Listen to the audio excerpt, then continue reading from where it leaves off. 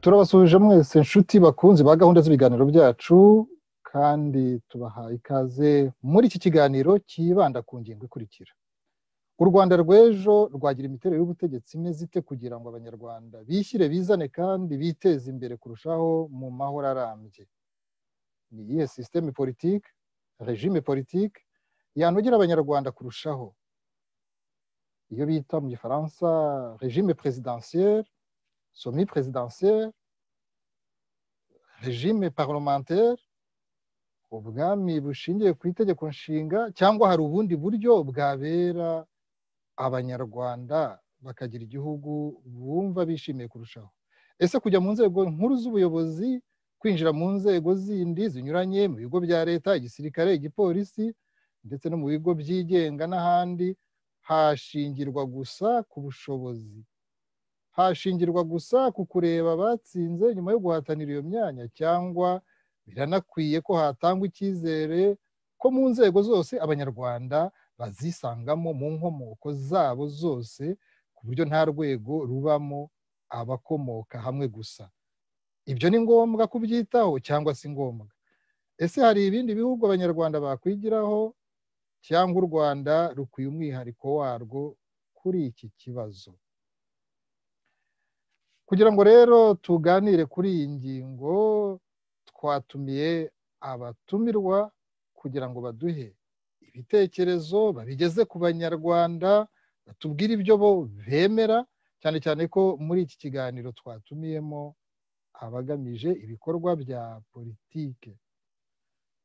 Abo rero nibo ngira ngo mbereke, nkaba ngiye kuba babwira nshingiye ku cyo nakwita mu gifaransa ordre alphabétique.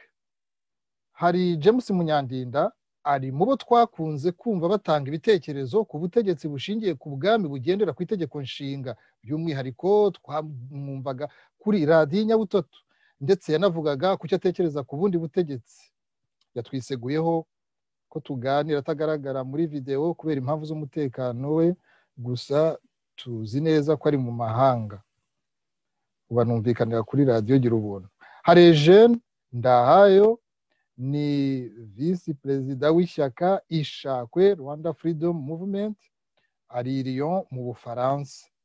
Padiri Thomas Nahimana twamutumiye nk'uhagarariye abisuganyije bagashyiraho iyo bise guverinoma y'u Rwanda ikorera mu buhungiro, ayibereye perezida kuva mu mwaka w'ibihumbi 2017. Nongereho ko ari n'umunyamuryango w'ishyaka Ishema rifite abandi bayobozi batowe nyuma ya manda ye.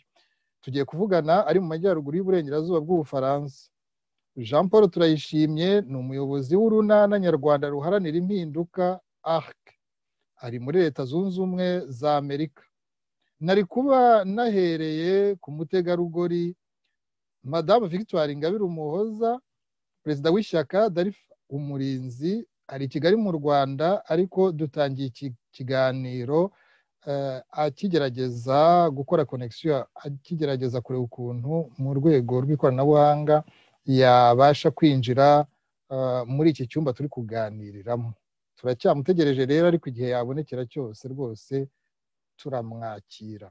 Ingingo nk'iriya rero tugiye kuganiraho uyu munsi, tuzanayitumiramo n'abandi bafite ibitekerezo binyuranye cyangwa byuzuzanya.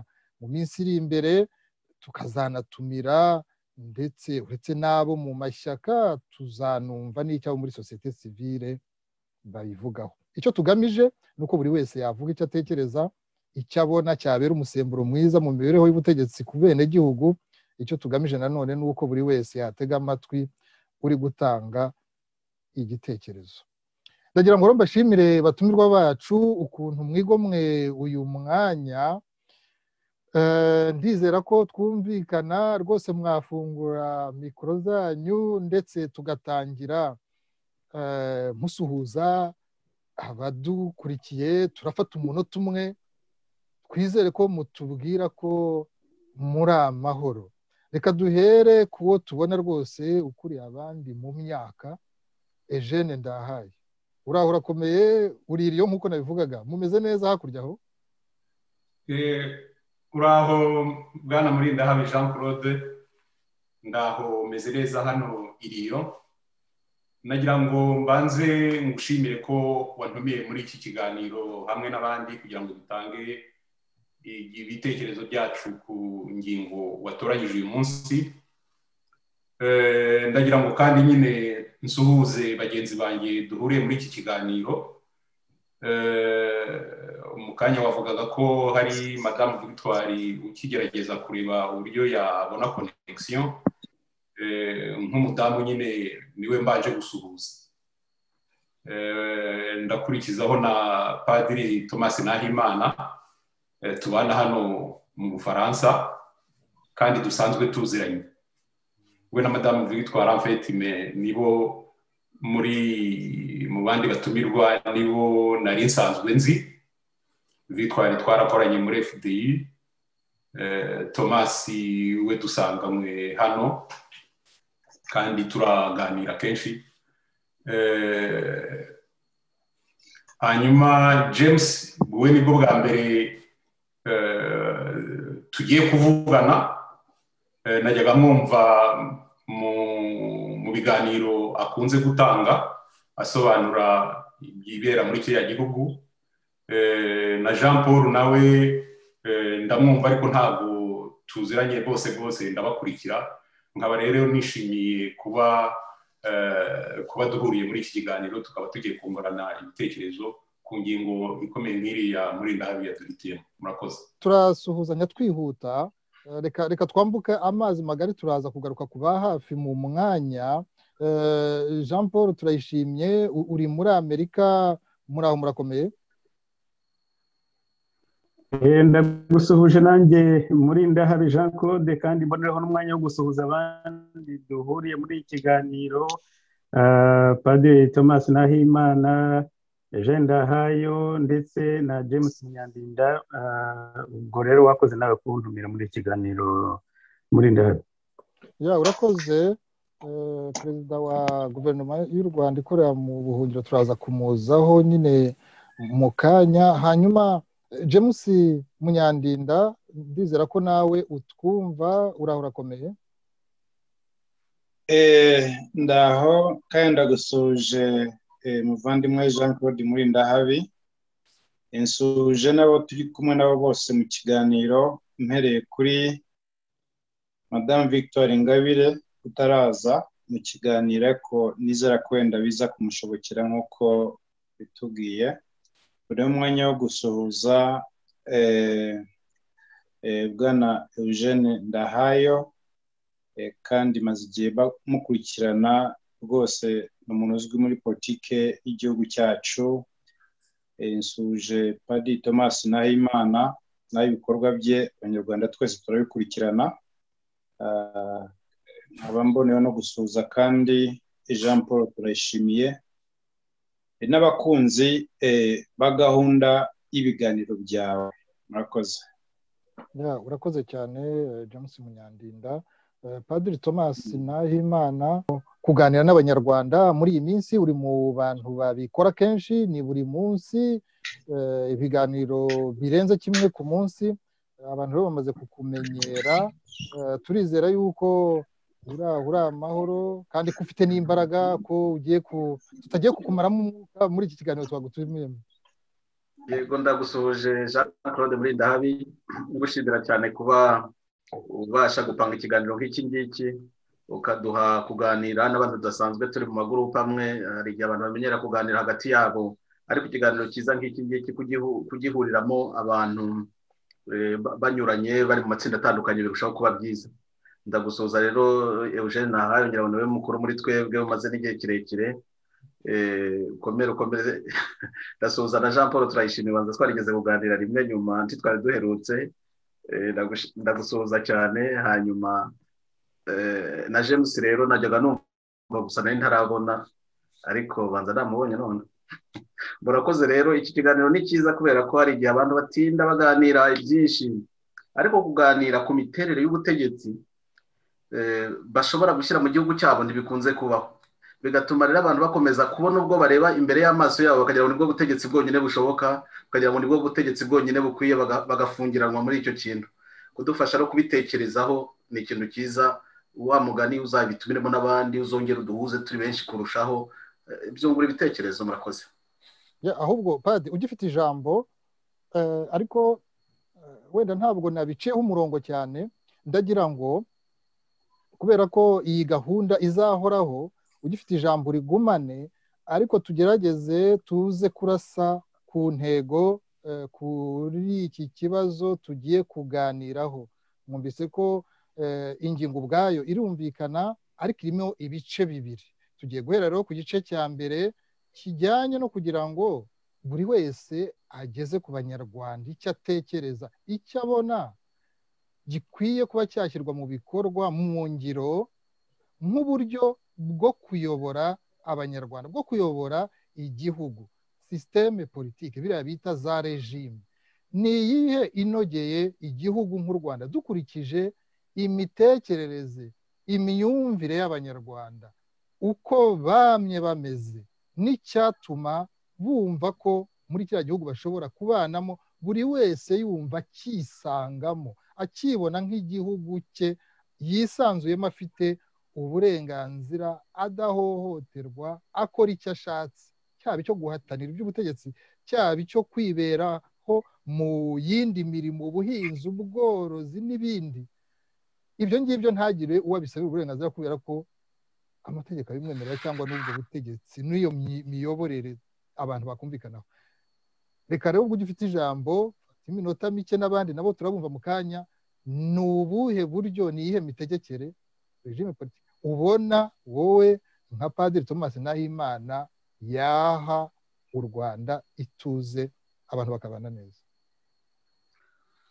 Urakoze cyane kumva ijambo. Ngira ngo mbere yo kuvuga ngo ni iyihe, umuntu yabanza kumenya n'iziriho kugira ngo kuko numva ari uguhitamo icyo umuntu yemera cyangwa akomeyeho, yacuruza, yakwereka abanyarwanda, reka byite gucuruza nk'uko bamwe babivuga, ariko washyira imbere ugakereka abanyarwanda uti nicyo cyabagira akamaro. Ubwo ukimbajije rero ndi uwa mbere, nagira ngo maze nibutseho gatoya ayo moko ya regime abaho, tutagiye muri teori ndende zo kuvuga regime politike na systeme politike, kubitandukanya no kubivanga no kubivangura, kugira ngo abantu bahitemo ubutegetsi, banamenye agaciro kabwo, atari ukureba uburiho gusa ngo bagire ngo nubwo bwonyine bushoboka. Hari ibintu bine abantu bakunze gushingiraho. Icya mbere ni ukureba ububasha bw'umutegetsi, bw'ubutegetsi ni ubuhe, hanyuma uburenganzira bw'abaturage. Iyo ni ingingo ikomeye. Ububasha abategetsi bafite muri iyo regime ni ubuhe, abaturage se bafite ubuhe burenganzira? Icyo ni icya mbere. Icya kabiri, abategetsi bashyirwaho bate kandi bakurwaho bate? Ingingo ya kabiri ikomeye cyane. Mbere yo kuvuga regime, iyo uvuze regime politike ahita atekereza icyo ngicyo. Abategetsi bashyirwaho bate, bakurwaho bate? Icya gatatu rero ni uko inzego bakoreramo nazo ziteye n'uko zikoreshwa. Utarebye inzego bakoreramo n'uko zikoreshwa, ushobora kwibeshya no ku butegetsi bafite. Icya nyuma, ese hari inzira iriho yo gukontorora abategetsi, yo kubevariwa no kubakontorora? Ibyo ngibyo bikaba nk'impamvu enye mbona zituma abantu babasha gusuzuma imiterere y'ubutegetsi bagiye gushyiraho cyangwa se bagiye gushyigikira. Noneho ku byerekeye regime nazo, abahanga muri ibyo ngibyo babisobanura kwinshi. Bashobora kubisobanura batereye ku buryo butatu bukunze kubaho. Ni ukuvuga ko hariho za regime bita totalitaire, regime zifite ubutegetsi bwose, umutegetsi mukuru akaba afite ubutegetsi bwose, akagenga ubuzima bwa leta, ubuzima rusange, nako akanagenga n'ubuzima privé bw'abantu, agasa n'ubwinjiramo. Hakaba ari regime bita autoritaire gusa. Autoritaire ni ukuvuga b'abanyagitugu, ariko bareka nka za kiliziya zikigenga n'amasosiyete ya société civile akaba yakora mu bwisanzure bugabanyije ariko buriho. Mu gihe regime totalitaire bitegeka byose, hakabaho n'ibyitwa demokarasi liberale, bareka abaturage bakisanzura. Ngira ngo ahari niyo ya nyuma tuza kuvugaho cyane, nkurikije ibyo wari waduhaye. Ngira ngo ahari warangije uduhitiramo bariya ba totalitaire nk'abariya abafashiste ba Hitler n'abandi wabakuyemo kare. Hanyuma regime totalitaire umbabarire guce mu ijambo, ntabwo ni hari n'ushobora kuvuga ko ziriya regime zigarurira ibintu byose n'imitima y'abantu, uretse n'ubwo butegetsi, yuko bishobora kuba bituma igihugu kizamuka nk'Ubushinwa cyangwa za Korea ya ruguru n'ibindi umuntu atarondora, ntabwo nabahitiyemo kuko hari ushobora kuza rwose buriya wabona bariya abayobozi bari bihugu bashobora kuvuga yuko arizo regime urasobanura yuko perezida wa Korea ya ruguru ntabwo ushobora kumwumvisha yuko hari ahandi hayoborwa neza nk'uko ayoboye, kuko urabona ko asigaye ateza n'ubwoba igihugu nka Amerika. Ntibeshye yavuga yuko yakoze bya bitwaro. Ubwo rero rwose ngenda ndabaza ibibazo gusa, ibindi ni ibyanyu. Hita rwose utwibwirira wowe regime uburyo bw'imitegekere bukwiye igihugu nk'u Rwanda, kuko nanone nigeze kuvuga ko nta cyemeza ko regime politike uburyo bw'imitegekere bubereye Ababiligi, sinzi niba aribwo bubereye Abanyarwanda. Ububereye Abarundi cyangwa Abagande, sinzi niba aribwo bubereye Abanyarwanda. Ni mwebwe muri imbere y'Abanyarwanda muvuga muti twiyemeje gukora politiki, mushobora gusobanura uburyo regime politiki, uburyo bw'imitegekere mutubwira mubona bujyanye n'abantu bafite ubwenegihugu bw'Abanyarwanda bashobora kubana neza muri kiriya gihugu. Mu minota rwose ibiri noneho twumve n'abandi. Kugira ariko ngo umuntu asobanura icyo kibazo kigira ireme, ni ukubanza nyine kuvuga izo ziriho, warangiza ukavuga iri mu Rwanda ubu ngubu, ukabona kuvuga wowe iyo wahitamo. Ubwo rero zibiriya nari mbirangije bya mbere no kuvuga hari regime izo zitwa totalitaire rwose, aho umutegetsi ari umunyagitugu kabuhari ufite byose, hanyuma hakaba n'abandi banyagitugu ariko boroheje, hakaba rero n'abagendera kuri demokarasi. Anarchis iyo siniriwe nyitinda wabageramo rero nanone, kugira ngo nongere mbisobanurireho gatoya. Mu butegetsi, umutegetsi umurebera kuko ategeka nyine, ariko ukamurebera nanone no ku nyungu agamije, kuko ushobora gutegeka niba uri umunyagitugu kabuhariwe ugamije ugamije inyungu za benshi cyangwa z'abaturage, cyangwa ugamije zawe ku giti cyawe, biratandukanye.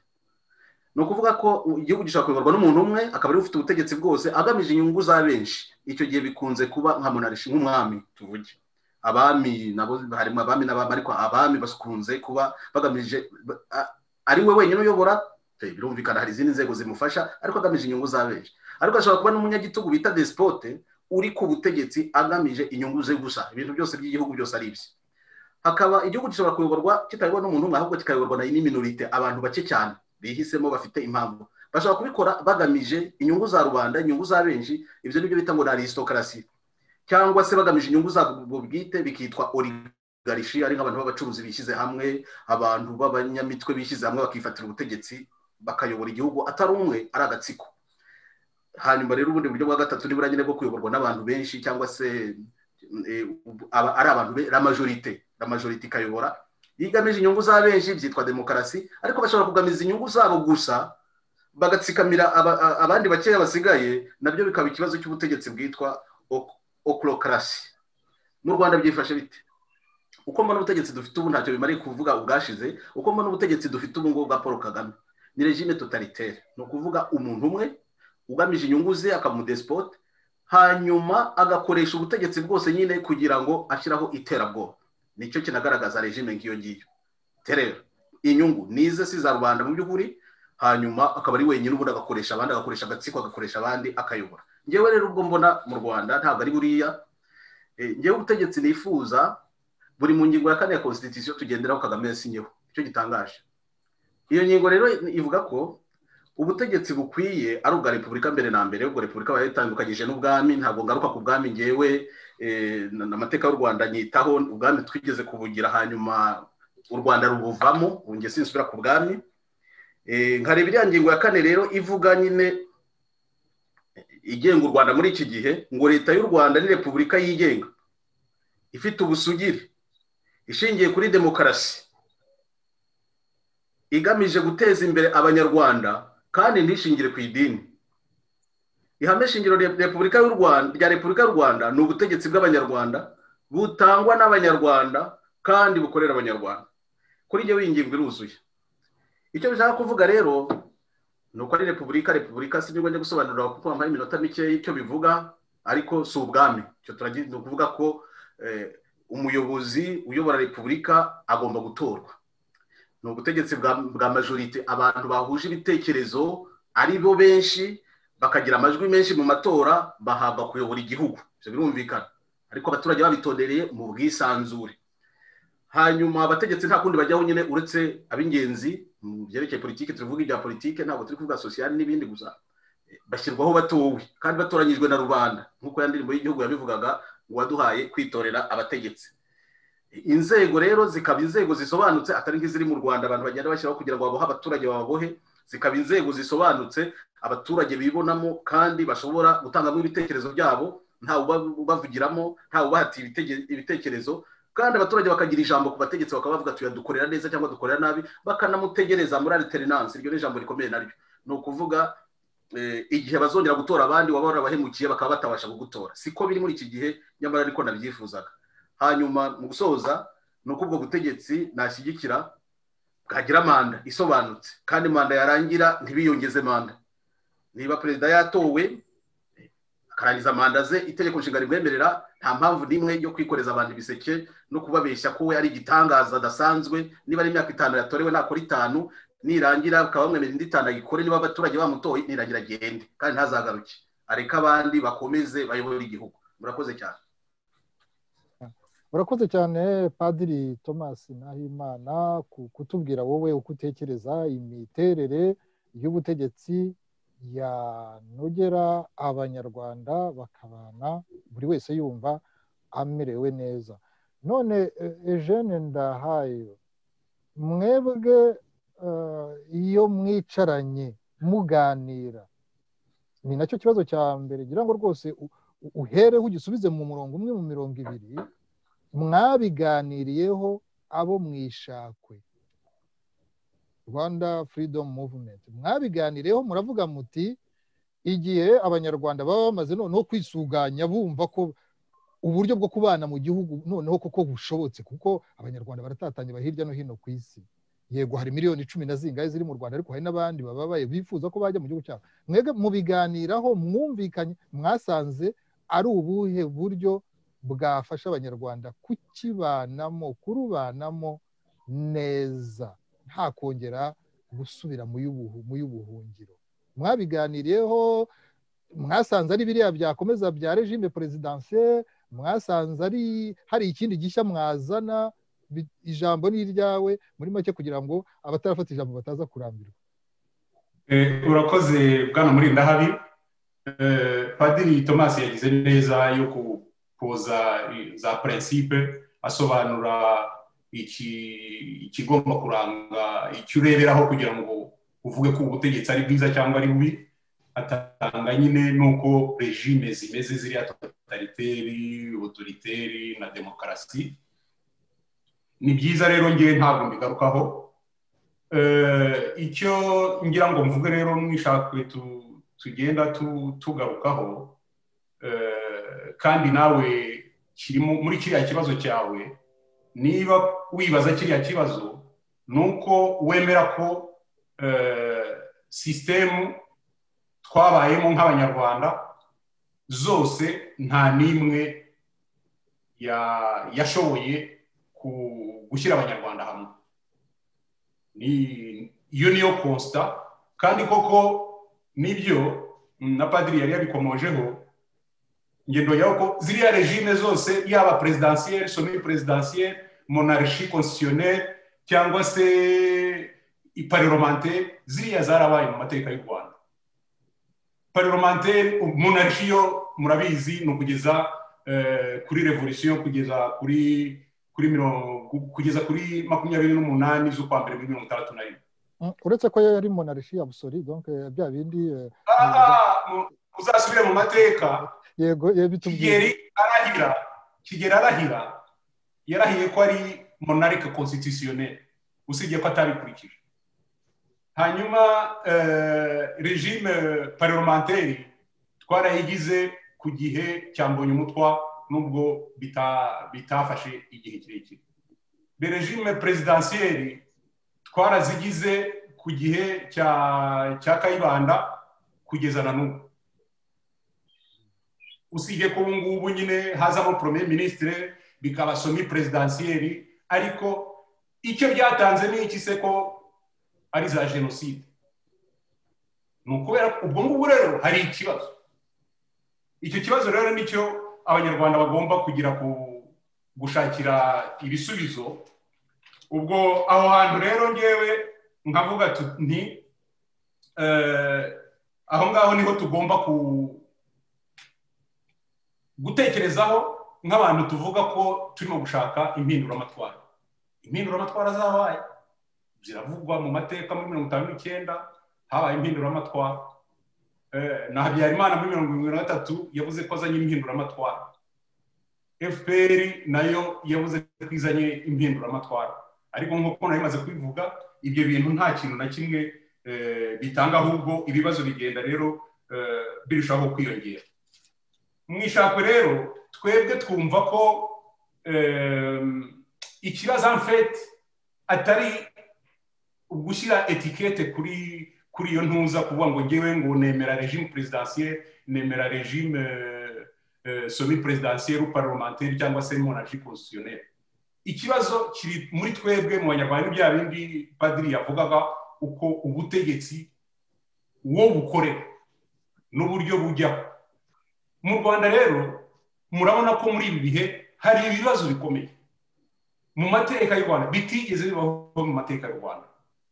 Amaraso yaramenetse ateye ubwoba. Twebwe mwishaka twemera ko habaye jenoside yakorewe abatutsi b'imbere mu gihugu muri 1994. Tunemera ko n'abahutu nabo bakorewe jenoside.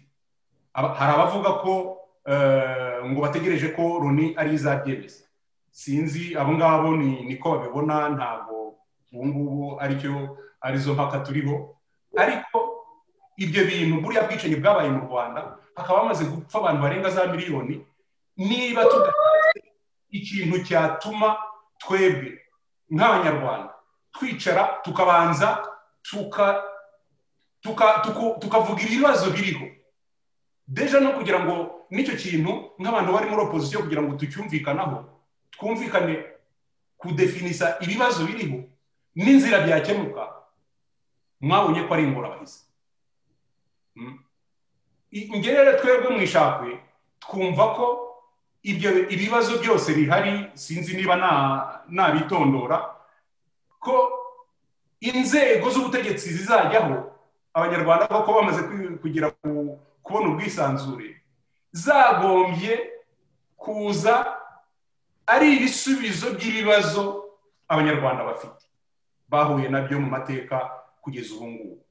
Ntabwo rero muri aka kanya icyakora kubera ko tugomba kugira regime umuntu ahitamo, ngewe na ziriya zose mwaduhaye guhitamo, icyo nemera nuko mbabarire abantu b'abatumirwa ni abantu b'abanyacyubahiro, noneho hakiyongeraho abantu batuboneye izuba.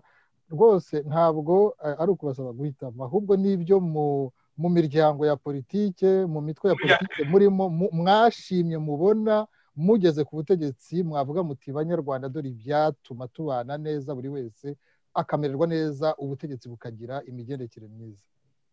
Okay, urakoze kunkosora aho ngaho, ntabwo ari uguhitamo. Mwishakwe twebwe ikintu ukuntu twasanze systeme yasubiza ibibazo biriho ubu ngubu ni un système collégial en fait, aho umuperezida adafite ububasha nka kwa kundi nyine nk'ubwo abaperezida bagiye bagira mu gihugu cyacu.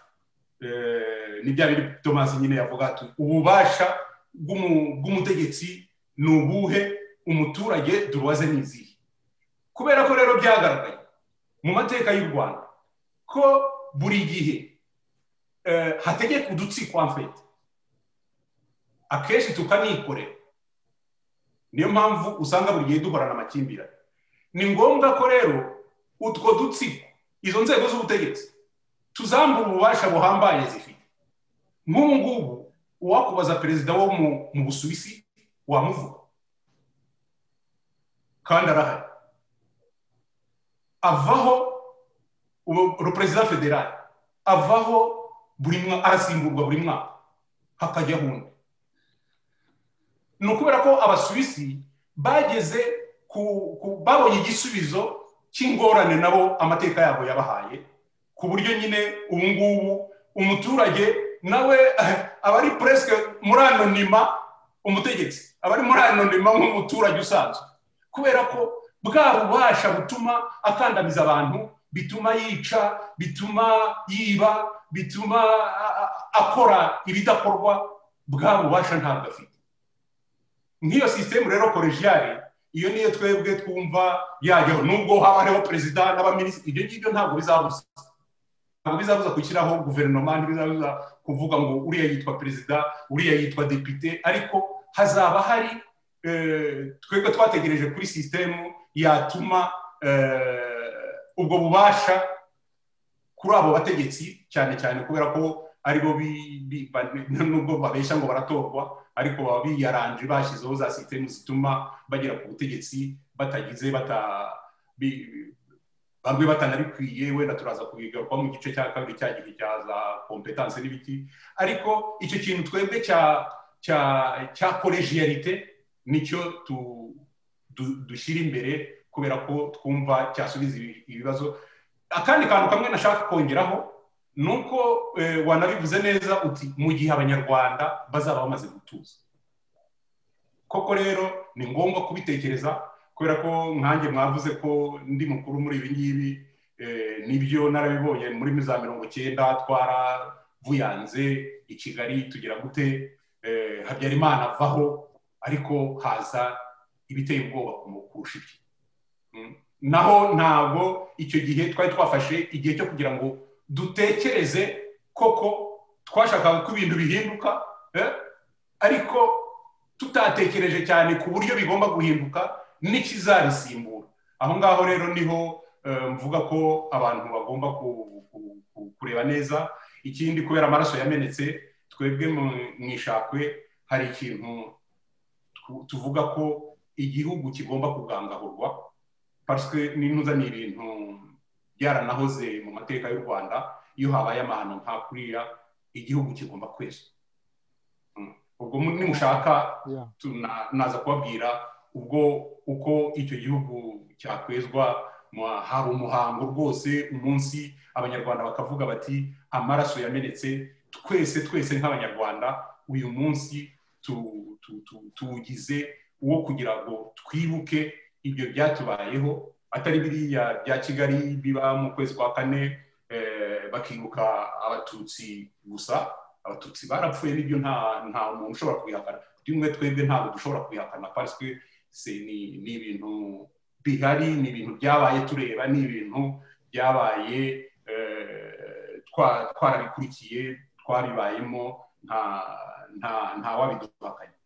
Hakaba rero n'andi maraso yamenetse abantu badashaka kwemera kubera inyungu nyine babifitemo ko bitakwemerwa. Niyo mpamvu tuvuga tuti muri icyo gihe cy'intuza, muri uwo muhango n'izindi mesure d'accompagnement zo kugira ngo ibyo bintu koko abanyarwanda twongere kumva ko turi hamwe, kubera ko dusangiye gupfa no gukira. Urakoze cyane Eugene Ndahayo. Icyo kintu rwose ucyandike ahantu, kuko igihe turiwe tuganira ku gice cya kabiri, ushobora kuza nufata ijambo, ushobora kuza gusogongeza ku badukurikiye, kuko ni nk'umusingi. Ibyo ngibyo nabyo byaba nk'umusingi, noneho bwa butegetsi turi kubabazaho ibitekerezo bukajyaho bufite ahantu hashije neza, nicyo washakaga kuvuga. Rero hari n'abajya bitegereza ukuntu hashize imyaka n'imyaka. Hari abantu tuzi kuva muri za 90 na kangahe, kuva mu mwaka wa 2000 bavuga bati ubutegetsi turabona ko twabukekaga butari kuganisha ahantu twari twizeye. Hari abantu bamaze imyaka irenga 20 batavuga rumwe n'ubutegetsi buriho mu Rwanda. Iyo myaka yose ubundi ntiyakabaye ari imfabusa yo kuvuga gusa ngo abantu ntibavuga rumwe n'ubutegetsi, ahubwo nyine bakaba banavuga ngo banabuhinduye, icyo bashyiraho nicyo turimo. Ntabwo uburyo bwo gutegeka abantu bakwiye kuba babutekerezaho bamaze guhirika cyangwa kuvanaho cyangwa gusimbura ubwo butegetsi. Ariko noneho no muri ibi bikorwa by'amashyaka n'imitwe ya politiki abantu babamo, cyangwa se amashyirahamwe, kuko hari n'abavuga ko batabyita amashyaka kubera ko ngo bataragera mu gihugu, hari icyo bibigisha, kubera ko namwe ubwanyu hagati yanyu mubona ibyo mutumvikanaho. Byakabaye ko nibwira bigira icyo bibigisha no kuvuga ngo niba tutumvikana gutya turi muri uyu muryango, turi muri iri shyirahamwe, nitugera mu Rwanda experience icyo twavana muri uku kuntu natwe ubwacu hanze tutumvikana, amasomo tuvanamo ni ayahe araduha kugira ngo tubone igikwiye kuzashyirwa mu bikorwa imbere mu gihugu mbere ya za miliyoni 10 na zingahe ari ikihe. Niyo mpamvu ngira ngo Jean Paul Turayishimye, mbere yuko tuza kujya kuri James Munyandinda, Jean Paul Turayishimye ntabwo nibeshye mvuze ko izo nzira navugaga no hanze zigoranye, aho abantu ubwabo bari kumwe ariko ntibari kumwe neza, bari kwiga kuba hamwe. No hanze abantu bitwa ko bari mu miryango imwe biga ukuntu no muri uwo muryango bari mwe nabo babanamo neza. Ibyo mwigiyemo rero muri iyi myaka yose turagira ngo tubwire, mwaraganiriye musanga mwebwe kiriya gihugu hakwiye rwose gushyirwa mu bikorwa ubuhe buryo bwo kuyobora abanyarwanda, bwo kubitangira kugira ngo igihugu kiyoborwe neza, bwaba ari ubuhe? Muri makeya ndabona iminota iri kwirukanka kugira ngo tuze kujya kuri ya ngingo ya kabiri kuko nayo nibanze cyane. Bwana Murindahabi, nta nubwo ngutindira kuko byinshi bagenzi banjye babivuze, by'umwihariko Padiri Nahimana Thomas ko yabanje gusasira ziriya systeme zose zisanzwe zizwi nizo tudakoresha mu Rwanda, nizo tutakoresheje ariko zikoreshwa ahandi. Ku bantu bamwe bashobora kuba yenda batamenyereye systeme za governance byabafasha. Ntabwo ndi bubisubiremo rero, ariko njyewe naje ahangaha nhagarariye Urunana Nyarwanda ruharanira impinduka ARC, ariko ntibyabuza ko nanjye natanga ibitekerezo byanjye bwite. Ariko amahirwe twebwe dufite mu Runana no ko iki kintu twigeze kukiganiraho cyarabajijwe, abantu babitekereza baravuga bati hari confusion ishobora kuba ihari mu mashyaka ya politike, ugasanga abantu bamwe baravuga bati yenda hari ubwami bwari bwiza niyo mpamvu repubulika zananiranye, cyangwa se ubwami ntabwo bukwiriye kubera yuko nta butegetsi buvuye ku muntu umwe. Ndagaruka ku bintu Nahimana Thomas yasomye mu ngingo yasomye mu Itegeko Nshinga ry'u Rwanda. Ntabwo ikibazo ku bitekerezo byanjye bwite si uko ari ubwami cyangwa repubulika cyangwa se parlementaire. Ikibazo bituruka ku bantu bafata ubutegetsi n'igitumye babushyiraho n'impamvu batumye n'uburyo bashaka kubumentena. Kuko ndagira ngo duhere ku byo wavuze wintroduce ikiganiro uvuga uti hari abantu bamwe bifuza yenda presidansi iri affaiblie idafite intege. Nakubwira Ethiopia ifite perezida, nakubwira Israel ifite perezida. Ese ushobora kumbwira ko bituma minisitiri w'intebe adafite ububasha bukomeye cyane? Muri Israel wumva Benjamin Netanyahu niwe muntu wumva cyane, ariko niwe ufite ububasha bwinshi, akora ibintu byinshi kuko niyoboye guverinoma, ntabwo ari perezida. Nakubwira muri Ethiopia uriya uyoboye wasimbuye Meles nawe muri no minsi ibintu biriho bikorwa ntabwo bikorwa na perezida. Donc ntabwo kuvuga ngo, cyangwa se ufate mu Bwongereza, urugero rwo mu Bwongereza. Mu Bwongereza hari premier ministre, umwami arahari, umwamikazi arahari, ariko akora iki? Ntabwo wumva Boris Johnson, kandi abaturage bafite liberté d'expression.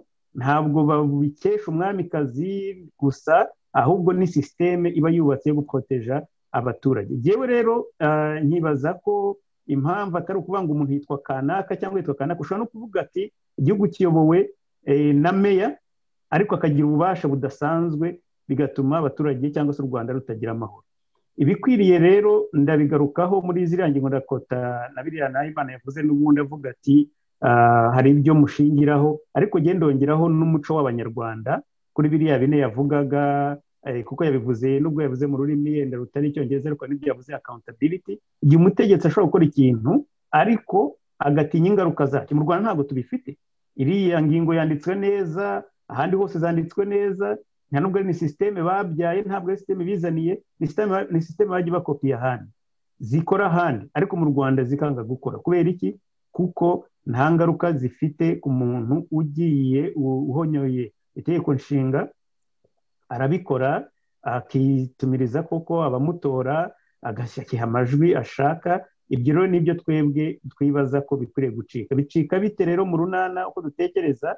Ni za garde fou, hagomba gushyirwaho le garde fou cyangwa se izo mesure za accountability zituma noneho umutegetsi nawe ashobora kuba accountable, ashobora kuba yabazwa igihe yishe itegeko. Urabizi iyo barahira baravuga bati nzarengera itegeko nshinga, ariko barihonyora nk'aho tuvugiye, ahubwo ushaka kuriproteja niwe bafunga. Rero muri Ndahabi ndetse n'abandi turi kumwe kuvuga ngo nshyigikiye repubulika, nshyigikiye ubwami, nshyigikiye système parlementaire, ntabwo ari izakemura ibibazo igihe abategetsi bari ku butegetsi bo bafite ububasha bwose bazi, kuko bashobora kujyaho akaba aribo babivuga bati twebwe n'iki dushaka, ariko bagashyiramo abantu bo kubaproteja gusa, ari polisi ikabaproteja, army ikabaproteja, ndetse n'inzego za renseignement zikabaproteja, ku buryo ziriya nzego zindi ari ubutabera, ari parlement zagombye kuba ariryo jisho, rikaba zisigaye ahubwo zisa n'aho ari guproteja ubutegetsi buhari. Mu nsoza rero twebwe mu runana repubulika nta kitwaye, ndetse iri abantu benshi niyo batekereza ikwiriye bira, ariko tukagira separation za pouvoir, parlement ikigenga, presidence igakora akazi kayo, nyubahiriza tegeko, abacamanza bakigenga, noneho hakaba niyo liberté d'expression, ariho itangazamakuru naryo riziramo, ugasanga risa nkaho riryo rikosora abantu, rikaripotinga ibintu ridatinya nabo kugira ngo ibyo bavuze ejo bazaza kubibabaza cyangwa se bajye kubihanirwa. Iyo ni systeme imwe. Ntabwo muri kiganiro twaza ngo tuvuge strategie zose za politike tuzakora, ariko inzira imwe ishoboka ni uburyo dushyiraho garde fou zituma ubutegetsi atigira ibyo ashaka. Naho tuvuga gusa ahangaha turi hanze tuti okay turashaka repubulika, ushobora kuyigira ikaba ifite amategeko nk'ariya Nahimana yasomye, ariko idakora repubulika, itarimo separation de pouvoir, idatinda abacamanza banza gutelefona bati biragenda gute. Ibyo nibyo tudakwiriye kwemera. Ariko kubivanaho, FPR za mu gihugu ntabwo yavuze ko ari kuri izategeka, yari ifite manifesto abantu bumva ko izategeka neza.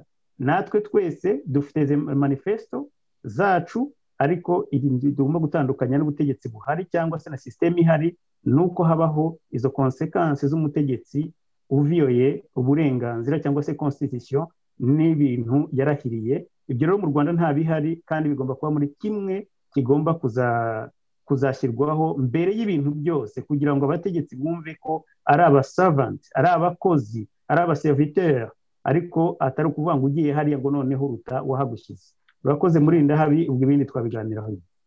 Urakoze cyane Jean Paul, turayishimye.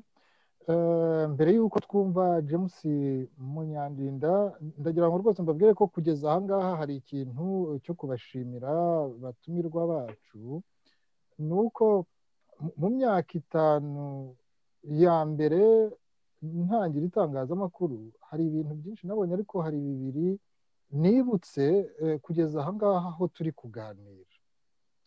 Hari igihe bigeze kuvuga ngo hateye indwara y'uburenge mu nka, ku buryo hari abagize akaga ko kumenerwa amata, bikabageraho mu by'ukuri bo babona ko inka zabo zitarwaye. Byaje kuvugwaho byinshi, noneho nk'uwo twakoranaga aza gutumira umuminisitiri kugira ngo warebwaga n'icyo kibazo kugira ngo aze kugira icyo abivugaho, araza.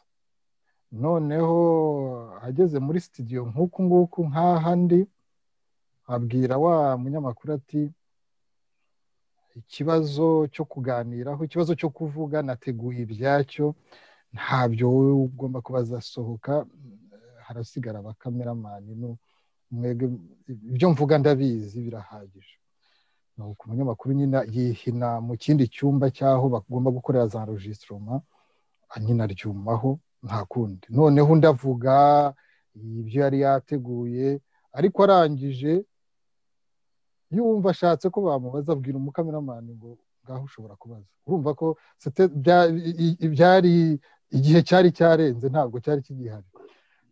Ibyo ngibyo mbivugiye ko muri hano mukumva ibibazo umuntu ashobora kubaza, akenshi nta nubwo abanyamakuru twibariza, tugerageza no kumva icyo abandi bifuza kubaza cyangwa se bifuza ko mwatangaho ibitekerezo. Ikindi cya kabiri gikomeye, nanone byabaye byo cyakora kubatumirwa noneho mu kiganiro undi mugenzi wanjye yari yakoresheje nuko noneho umwe mu batumirwa arangije hakurikiyeho uwa kabiri bamubwiye batese umaze kuvuga wumvise wakurikiye wumvise ibyo yavuze wowe urabivugaho iki uwa kabiri ahita avuga ngo wafite ibyo yateguye ngo uwo nguwo wamubanjirije asanzwe ari umuntu umuvuga nabi ntabwo yabiteze amatwi ngo arashaka ngo afite ibyo yiteguriye ngo nibyo agiye guhita avuga nyamara wari wamubanjirije yari yamushimye avuga ko muri iyo minsi yabonye ari gutanga ibitekerezo byiza bivuga ngo wa undi wa kabiri ntabwo yateze amatwi uwa mbere kandi yari yamuvuze neza bari bagiye no kugira uburyo buzuzanya rero muri iki kiganiro maze kubona ko buri wese ari gutega amatwi mugenzi we buri wese afite ibitekerezo bye yaje anafite ariko hari icyo kintu gikomeye cyo kugira ngo unatega amatwi mugenzi wawe ushobora no kuza uvuga uti mugenzi wanjye uriya nsanzwe nzi imitekerereze ye ariko wagera hano ukumva hari ibyo avuze bindi utaruzi cyangwa utamutekerezagaho icyo rero ni ikintu cyo kwishimira n'ibi byose turimo no kugira ngo igihugu abanyarwanda bazakibanemo ni ukutagira ibyo bita mu gifaransa prejije kutavuga ngo uriya nsanzwe nziko ibyo ngibyo bigubera inzitizi yo kuba wamwumva wamutega amatwi kandi numutega amatwi nawe ubundi azagutega amatwi noneho mube mwanajya n'impaka mube mwakuzuzanya icyo rero nagira ngo nkibashimire mbere y'uko James Munyandinda nawe rwose agira icyo atubwira kandi mbashimira ko muri gukoresha igihe neza ntimurambira abadukurikiye rwose mukomeze gutyo kandi na James Munyandinda niko agiye kubigenza nigeze gutangira mvuga nti abantu bakunze kumwumva kuri radiyo Nyabutatu avuga ibijyanye n'ubwami bushingiye ku itegeko nshinga none ndagira ngo kugeza ubu ngubu abenshi mwavugaga yuko repubulika iramutse ishyizwe ishingiweho ariko abantu bakayubahiriza nka repubulika kuko impamvu bitagenda nuko mwega muvuga muti ntabwo abantu bubahiriza amahame ya repubulika ariko rero ubwami bushingiye ku itegeko nshinga James Munyandinda nawe ushobora kuba ufite ibitekerezo byerekana ko nabwo bwafasha abanyarwanda kurubanamo neza ijambo ni ryawe wafungura mikoro rwose dukeneye nawe kukumva kuri iyi ngingo James murakoze cyane muvandimwe Murindahabi kandi wakoze gutegura ikiganiro no kudutumira kandi nagiye maze nshimye n'abambanjirije rwose babivuze neza jyewe ndagira ngo nongere ncagaguremo gake systeme zose ubwami bugendera ku itegeko nshinga nayo ni systeme ayo bita systeme de monarchie constitutionnelle cyangwa se constitutional monarchy ni systeme y'imiyoborere ariko muri iyi systeme habamo demokarasi ni ukuvuga ngo ibaho igashoboka kuko habamo demokarasi umwami aba ari w'icyubahiro gusa ni ukuvuga ngo ubutegetsi mu by'ukuri buba buri mu itegeko nshinga ko abaturage bategetse ko bazategekwa imbaraga zigahabwa inteko ishinga amategeko prime minister cyangwa prime minister akaba ari uyobora hari noneho indi systeme nubwo abandi bazivuze kandi nzivugaho gake ariko ndibanda cyane ku cyitwa demokarasi kuko nicyo kibazo ni nawo muti w'igihugu cyacu demokarasi yonyine izi systeme ndagira ngo nzivugeho muri make iyo bita absolute monarchy ni aho igihugu kitagendera ku itegeko nshinga ahubwo kigendera ku bushishozi bw'umuntu umwe umwami akaba ari utekerereza abaturage bose b'igihugu bivuze yuko mu by'ukuri iyi niyo systeme yavuyeho muri za 59 igihe habagaho icyo bise revolution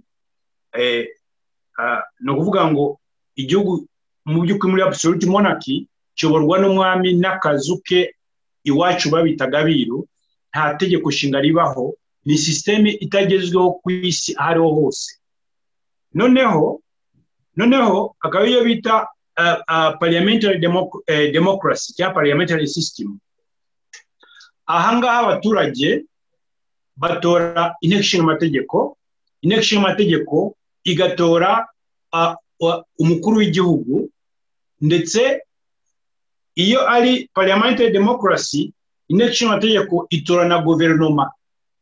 Ariko iyo ari parliamentary government inteko ishinga amategeko y'abaturage yamaze kuyitora itora premier ministre wagashyiraho guverinoma ye.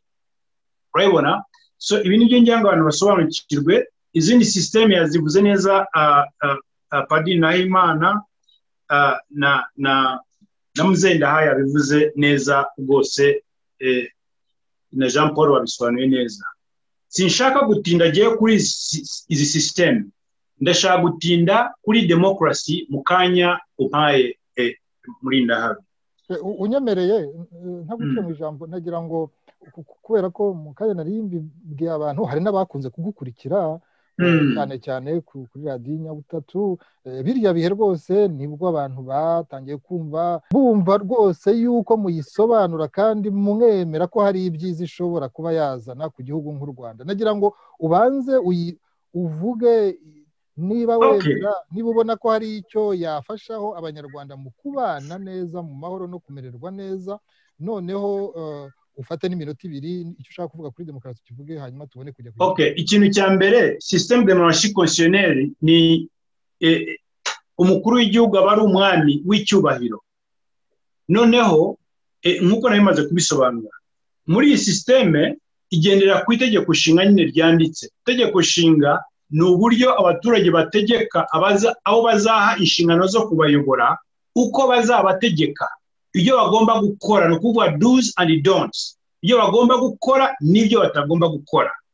So muri iyi systeme rero, nubwo ndi mu bantu twagiye tuyiganiriza abantu, tuyigisha abantu, ariko iyi systeme ntabwo ari kamara. Iyi systeme ni nkaho n'ubundi igihugu Jean Paul yabikomojeho, hari ibihugu ndumva nawe yabivuzeho, hari aho na perezida ashobora kuba w'icyubahiro, igihugu kikayoborwa na prime minister, akamburwa imbaraga, akaba ceremonial. Urumva? Noneho imbaraga zihabwa guverinoma, noneho iyo guverinoma ikaba accountable, nuvuga ngo igatanga raporo cyangwa ikagenzurwa n'inteko ishinga amategeko. Kw'inteko ishinga amategeko niryo jisho ry'abaturage, ijisho rya rubanda rwa giseseka. So ngira ngo iyi constitutional monarchy abanyarwanda bashobora kwihitamo, bashobora guhitamo parliamentary system, bashobora guhitamo nuvuga system aho bashobora gutora perezida w'icyubahiro, hakabaho prime minister, hakabaho inteko ishinga amategeko, akaba ari igira imbaraga, akaba ariyo abaturage bayishingana. Urabibona? So nuvuga ngo system y'ubwa mu bugenda gutegeko nshinga, sinshaka ko byumvikana ko ariyo kamara. Icyo nshaka kuvuga, ikintu kiri kamara muri byose ni democracy. Ni democracy. Ni ukuvuga ngo kangu urugero abanyarwanda bumve neza icyo democracy ari cyo. Iyo tuvuga iyi system z'imiyoborere, tuba tuvuga nk'igihimba cy'umubiri, icyo twakwita nka umubiri wose. Ariko uyu mubiri kugira ngo umutima ukore neza, bihaha bikore neza, ni ukuvuga ngo kugira ngo ubwonko bukore neza, nuko umubiri ugomba kuba ufite oxygen, umwuka wo guhumeka. Umwuka wo guhumeka niyo democracy. Ibyo bice byose n'ibihimba by'umubiri ni systeme y'imiyoborere. Nk'urugero, umutima ushobora kuba ubutabera, urumva? Ubwonko bushobora kuba guverinoma, ibihaha bishobora kuba inteko ishinga amategeko. Byose ntibishobora gukora bidafite umwuka wo guhumeka. Ndashaka kuvuga ngo democracy ni umwuka wo utuma izi systeme zikora. Democracy wacu yarananiranye, yananiye repubulika zari ziyobowe n'abahutu, yananiye ndetse na repubulika iyobowe n'uwiyita ngo ni umututsi, Kagame. Yarabananiye bose, batinya democracy kubera iki? Urabyumva? Iki nicyo ngira ngo abantu bumve neza. Icya mbere Padiri yabivuze neza, nubwo wenda hari icyo yavuze wenda sinacyakira neza akaza kugisesengura. Yavuze ko democracy ngo ari majority iyobora. Ntabwo ari byo. Urabyumva? Democracy buri gihe cyose muri demokarasi ntabwo abaturage aribo bayobora. Abaturage icyo bagira ni ubuyobozi mu maboko yabo, ariko buri gihe babuha agatsiko nka kariya turimo kurwanya k'abahezanguni bari iwacu.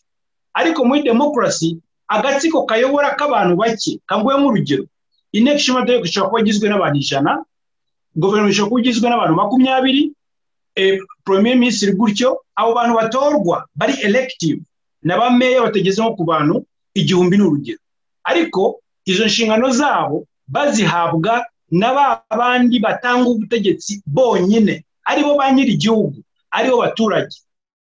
Ni ukuvuga ngo icyo gihe abategeka buri gihe bahora ari bake, ni minorite iyobora majorite, ariko ni majorite itanga ubutegetsi kuri minorite. Bayirabona no kwabyita kubutanga, byitwa delegation, baradeliga. Urabyumva? Ntabwo abo handi ngova sinzi ukuntu abivuga deli. Iyo badelize ni nk'uko, ni ukuvuga ngo ni nk'uko wavuga uti okay, kambivuge wenda practically, abaturage icya mbere bategeka abo bazatora uko bazabayobora muri demokarasi. Babategeka bate? Bandika itegeko nshinga, bakemeranya mu biri kubiyemo, bakemera ko bakagira imbaraga baha inteko ishinga amategeko, bakayiha inshingano katuvuge zo kuzajya igenzura guverinoma, premier ministre, bakayiha n'inshingano zo kubirukana abo bantu bose, abayobozi bose, mu gihe cyose badakoze ibyo abaturage bashaka. Icyo ni kimwe. Cya kabiri, bakayiha inteko ishinga amategeko inshingano zo kumva gutakamba kw'abaturage mu gihe batanyuzwe n'ibyemezo bya leta binyuze mu kwigaragambya.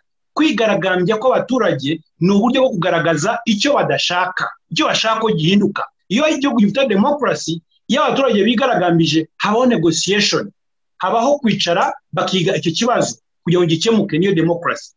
So mu context y'iwacu mu cyamake nk'uko wabivuze, dufite ikibazo cy'amoko, ibyo twita amoko. Bayirewe si n'amoko, ariko tubyita amoko.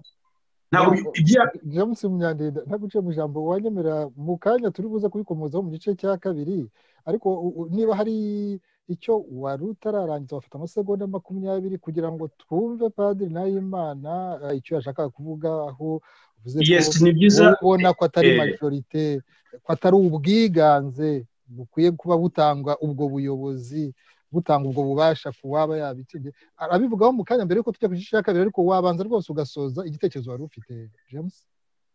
Ntabwo sinavuze ngo ubwiganze. Ubwiganze ni ukuvuga majorite yatoye, ariko ndavuga abayobora.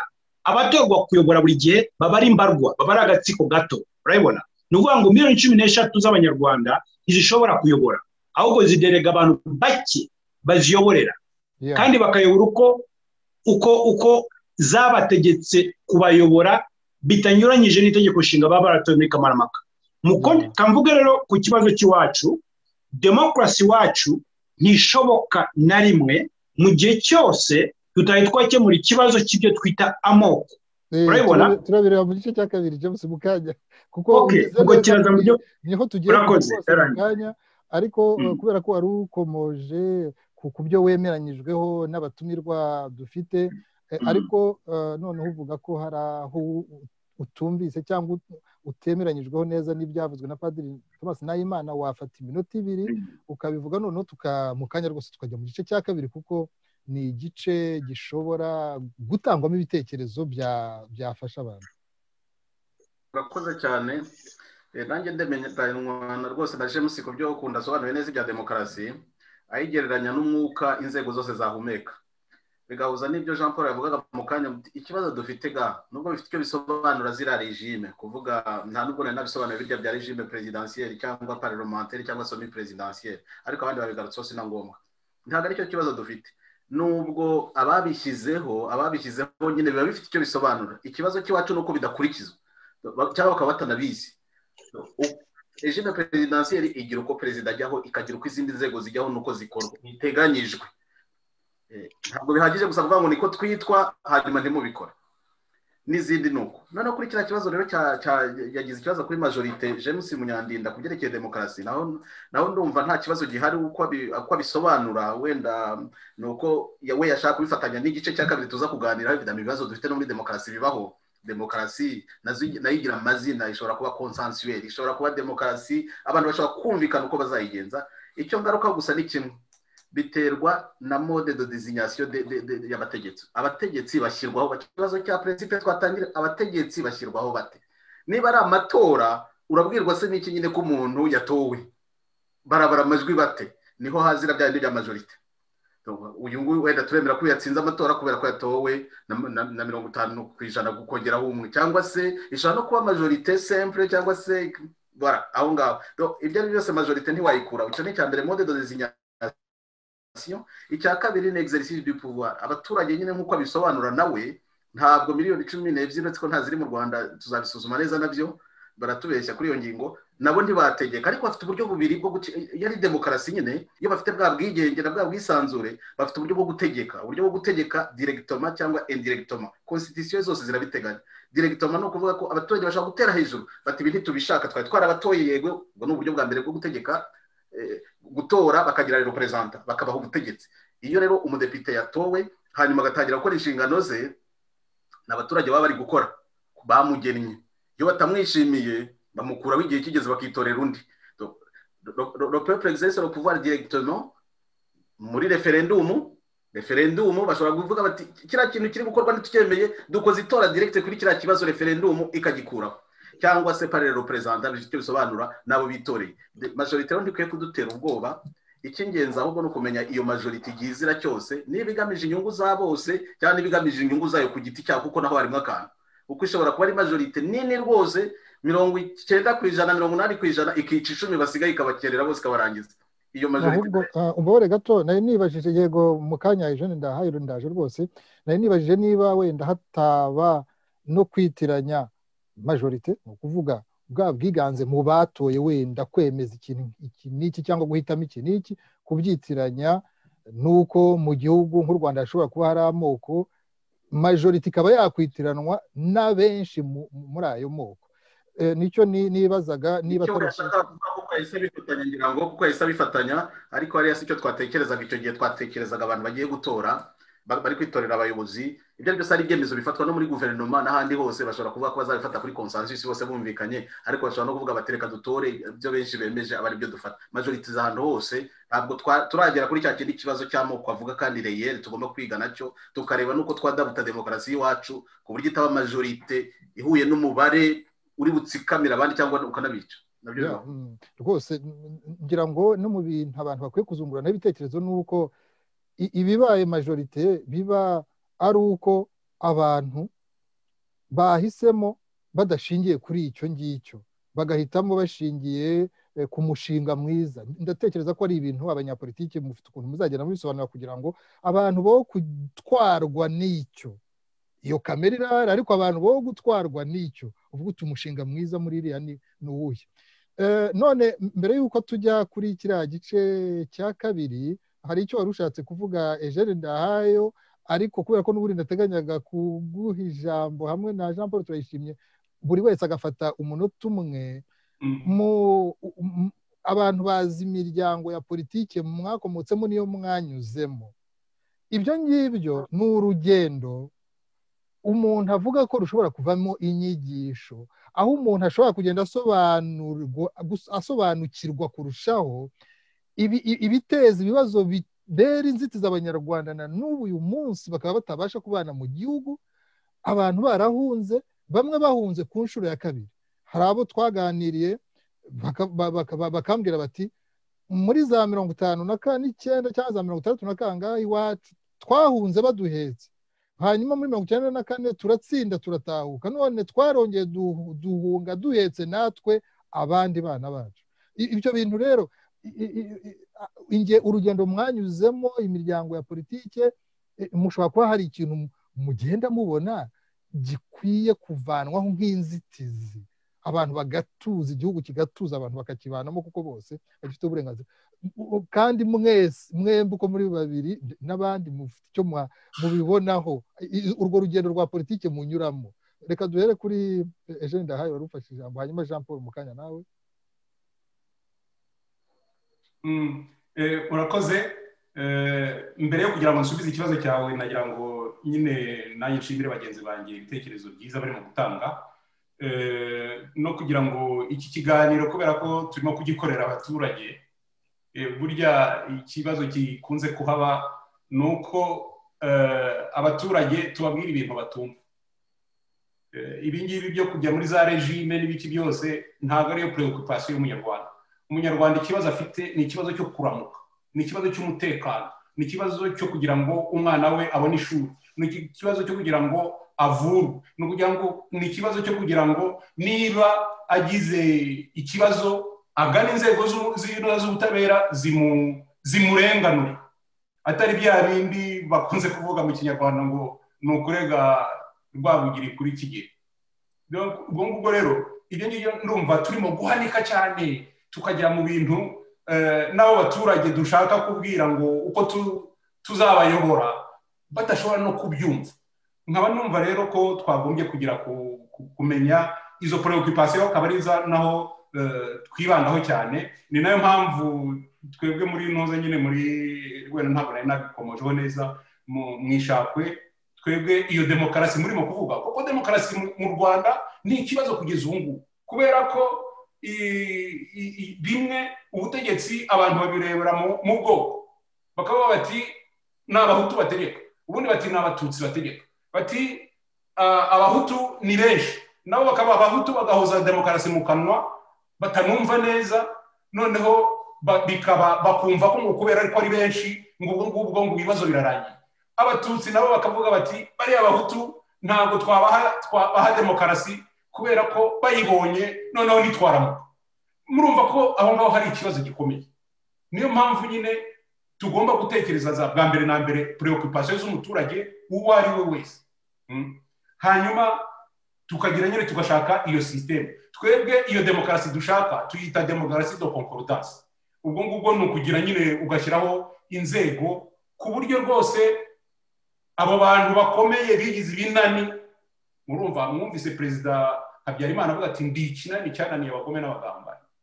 Donc ni ikinani nyine. Kagame ejo bundi yaravuze ati none se ngo hari abantu ngo bandwanyara ngo barashaka gufata ngo muzanyura he ngo demokarasi intambara se. Murumva ibyo bintu ko atari ibintu by'umuntu ukwiye kuyobora igihugu, kuko umuntu ntabwo aba arebera abaturage, aba yireba we n'agatsiko ke bayoborana.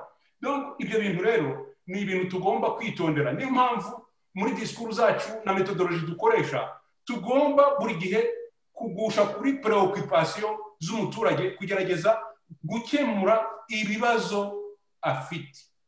None rero uti inzira mwanyuze nibyo koko muri aya mashyaka yacu yo hanze no muri za societe civile ibibazo ni bimwe. Abanyarwanda uko basohokanye n'imitwe n'ibibazo n'imyumvire bari bafite kugeza na FPRG ishyiramo ibindi, noneho biba umunuko ku buryo rero abantu ntabwo bafite n'imyaka ishize, ntabwo bafata igihe cyo kugira ngo babanze batekereze barebe ibibazo koko impamvu birinda kugira ngo ahari hose, kubera ko abo bantu natwe muri za organization zacu en fait twananiwe kwivanamo ya myumvire ya mitekerereze twakuriyemo twabayemo n'ibiki byose. Ugasanga rero aho ngaho hari ikibazo gikomeye. Niyo mpamvu tuvuga tuti muri urwo rugendo rurerure ni ngombwa ko abantu duhindura logiciel. Hakwiye ikintu cya guhera ku ndatwa les élites, kubera ko nibo nyine bayazana muri ibibazo byose. Umuturage ntago abyuka mu gitondo ngo atekereze kujya gutema cyangwa kurasa cyangwa kugambanira mugenzi we baturanye, bahana amazi, bahana inzoga, bahana umunyu, bahana n'ibindi byose, banashyingirana. Biterwa n'abo ngabo natwe indatwa ni twebwe kubera ko tubapakiramo ibintu bidufitiye inyungu twebwe kubera bya biri bwa butegetsi dushaka kugeraho cyangwa dushaka kugumaho, kugira ngo dukomeze dukame umutungo w'igihugu, tuwukoreshe ibyo twagombye guha abanyarwanda, ahubwo bari twe tubwira. Nta kuntu ko wakubaho ko nka Kagame ni perezida, mwese muramuzi, ba Jean Paul na ba James muramuzi kuturusha aho yaba, uko yarari araje mu myaka mike amaze ategeka, ubu ngubu barabarirwa mu bantu bakize ku isi, nase ni umushahara yahembwe. Mwumva ibyo bintu abanyarwanda babyumva bati, umuntu wahereye njya numva bavuga ngo yacuruzaga amagi cyangwa ibisimbizi ku muhanda, none se uwo muntu ayo magi yaratubutse ku buryo agura indege, akaba ari muri bya binyamakuru bya Forbes bitanga abantu bakize ku isi. Ibyo ni ibibazo bikomeye, abantu bose murabazi ukuntu bameze.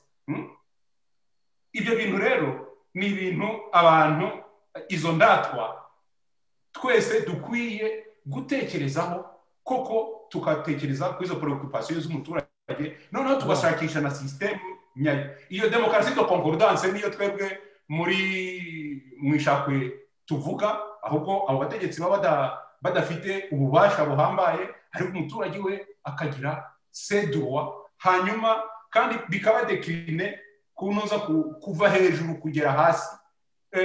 Umuntu uri i Kigali ntiyumve ko aruta uri i Cyangugu cyangwa se mbabarira gake, mubaza akantu kamwe mbere yo gukomeza nzenda hayo.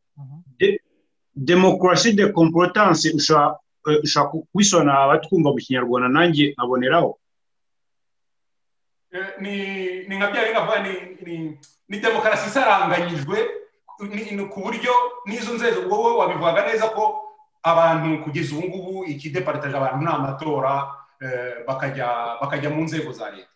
Urabona rero twebwe tumenyereye amateka yacu, buri gihe iyo habaye impinduramatwara hari igice cy'abatsinze n'igice cy'abatsinzwe, sorore periode. Ibyo bintu rero, ibyo bintu tugomba kubihagarika. Turi abanyarwanda, on est une nation, tugomba kubana.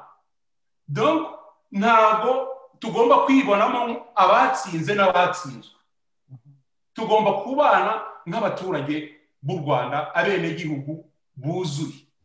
Niyo mpamvu rero twe tuvuga tuti nizo uwo muperezida yajyaho icyo yakwitwa cyose, cyangwa se n'uwo mu premier ministre niba ari abanyarwanda bahisemo régime parlementaire, twebwe icyo dushaka nuko muri abo bategetsi nta ugira ingufu zituma kandamiza abandi. Urakoze cyane. Noneho rero no bikanakomeza nko muri guverinoma, twebwe tugeraho aho wenda ko ni ka detaye, kubera ko twemera amashyaka menshi, ariko iyo guverinoma kubera ko nyine haba ababonye amajwi menshi n'ababonye make, twe turavuga tuti ishyaka ryose ryabonye 10% mu matora ryagombye no kujya muri guverinoma, bigatuma hatagira biharira, kugira ngo hatagira biharira. None urakoze cyane rwose kuri ibyo bisobanuro, kuko ikintu uganishijeho ni nacyo ngiye kubaza Jean Paul Turayishimye, adufashije akaba yakoresha iminota itarenze 2 kugira ngo tujye ku gice cya kabiri kinasoza ikiganiro. Wari urimo ushimangira ikintu kiganisha kwirinda ko hari uwagira ubutegetsi ubukonde, nk'aho abigize umushinga we uzamwungukira, anatekereze gushinga ishyaka cyangwa gushaka abo bafatanya, nk'aho ari sosiyete yabo ubwabo bazungukamo, kabone n'aho bahamagarira abandi kubasanga ngo babane muri iryo shyaka. Umuntu akaba yaba afite mu mutwe ko mu myaka ingahe agomba kuzavanamo icyo kintu cy'inyungu nawe ubwe. Aho si cyo kibazo, ahubwo kinagaragara na mbere y'uko abantu bavuga ngo bagiye kuzatengamara mu gihugu cyabo bagihuriyemo. Nicyo nkubaza Jean Paul Turayishimye, kugira ngo muri make rwose ugire icyo kivugaho, kuko icyaha cya experience navugaga abantu bashobora kuba baragiye babibona hano hanze. Niba uwo mubare udashingiye kuvuga uko abantu bakwitangira abo bayobora, kubundi niyo politike, kwiyemeza ko hari icyo wafasha abandi kugira ngo igihugu kiyoborwe neza, bitari kuvuga ngo ngewe nungukemo iki cyangwa ibyubahiro cyangwa kuba ndi hejuru y'abandi nka perezida cyangwa kuba igikomerezwa.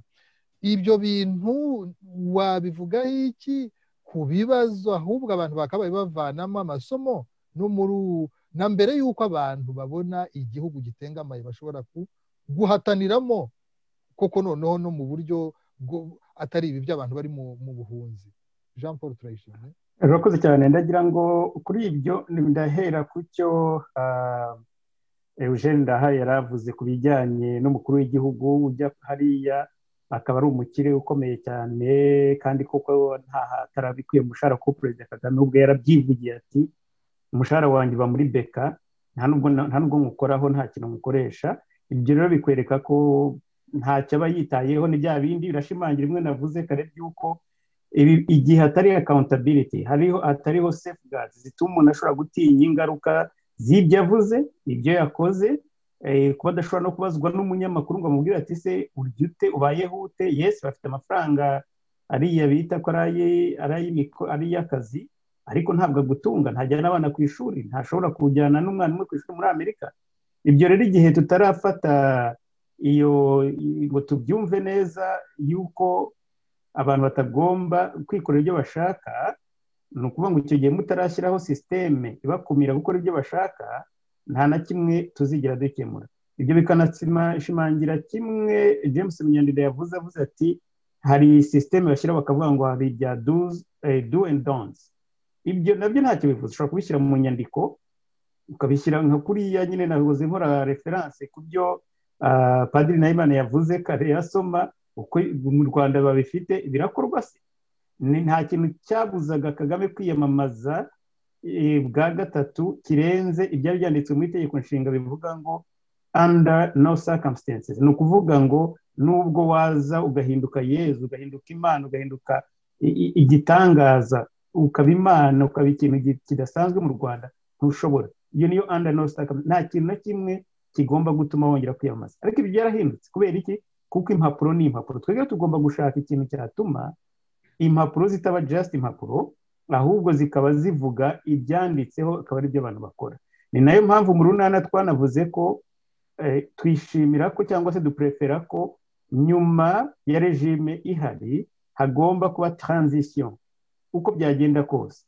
Tukagenda uko mutubona aha ngaha, tukagenda tugasibaniramo, yenda tukagira abadepite babiri, Nahimana babiri, Ndahayo babiri, n'andi mashyaka ataje, tukagenda hariya muri parlement tukaba dufite represent, ariko bikaba ari transition. Noneho tukavuga ibi byose ko ibi turimo kuvuga ubu ngubu nubwo ari ikiganiro cyiza cyane, hari abandi benshi nabo bafite ibitekerezo, kandi icyo gihe tuzaba dufite noneho na audience irambuye n'abantu benshi bafite participation, uvanyemo FPR birumvikana y'uburyo igihugu kigomba kuyoborwa. Ibyo rero bizaba ari uko abantu bagiyemo hariya, ntihagire abafite ububasha, tukagira equal numbers cyangwa imibare ingana y'abantu bahagarariye. Ntabwo numvise impamvu FPR uyivanyemo kandi nayo abanyarwanda bose bazaba bari hamwe nayo irimo. Ntabwo numvise neza, birancitse. Ntabwo mpamya ko FPR wajya kuyibaza ngo mbese murabona ubutegetsi bukuru ari ubuhe, kuko ubwo batwereka turabubona, ubwo bashobora ubwo barekomanda turabubona n'ubu hari ubu ngubu, kandi twebwe nibwo tuvuga bukwiriye kuvaho hakajyaho ubundi. Uvuze ngo n'aba FPR barepresente muri kiriya cyiciro, jewe siko mbibona, ahubwo yenda keretse basenye ishyaka ryabo bagatangira ibindi bishyashya ritari kuriya ko ryitwa, kuko ari byose twaba turihindurira niba dushobora kurisaba mu inama. Jean Paul Turayishimye, ya transition yavugaga numvaga naringize ngo niho wavugiraga ibyo byose, ya transition icyo gihe ariyo yabisabye, ivuze ati muze noneho twubaka u Rwanda hamwe. Ibyo ni ibindi muri Ndahayo bavuze bati dutanze ukuboko, icyo gihe baberekanye yenda leadership, ariko ibyo ntabyo berekana n'uyu munsi, ndetse turabizi neza ko bafite politiki yo guheza. Igihe haba habaye impinduka zidashingiye kuri FPR ubwayo, FPR bikoze ikavuga ati twebwe turashaka impinduka, abantu bose mwisangiye mu gihugu, muze twubake u Rwanda rwacu, ibitekerezo byanyu mubizane, ibyo birumvikana. ariko igihe izaba ivuyeho mbore gato transition wemera ko haba harimo nyine abo bose nayo ishobora kuba irimo kereka itabishatse nayo abanyarwanda bose transition n'inzibacyuho naho abanyarwanda bose ntibaba barimo sibwo nabo.